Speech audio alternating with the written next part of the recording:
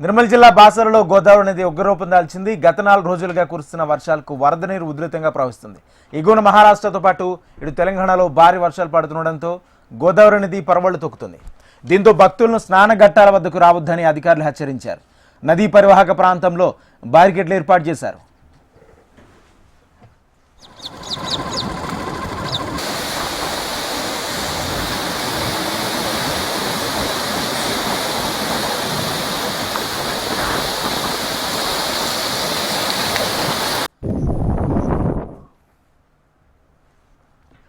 నిర్మల్ జిల్లా బాసరలో గోదావరి నది ఉగ్రరూపం దాల్చింది. గత 4 రోజులుగా కురుస్తున్న వర్షాలకు వరద నీరు ఉధృతంగా ప్రవహిస్తుంది.